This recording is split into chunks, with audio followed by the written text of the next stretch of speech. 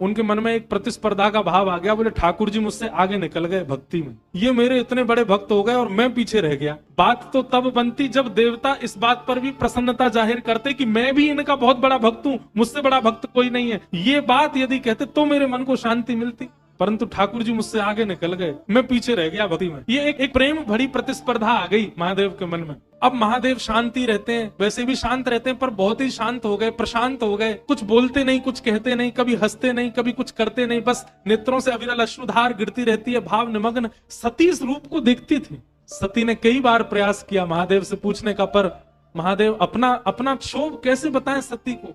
सती को ये देखा नहीं गया कि महादेव इतने विरह में रहते हैं। तुरंत नारायण के पास गई, बोले देखिए ये तो विश्व व्यापक बात है कि महादेव के सबसे बड़े उपासक आप हैं, देवताओं ने भी आपकी इस बात पर मोहर की। मैं आपसे पूछना चाहती हूँ, मेरे प्राणनाथ आजकल बहुत उदास रहते हैं, बहुत विरह में रहते हैं, बहुत शांत रहते हैं, प्रशांत रहते हैं, इसके पीछे कारण क्या है?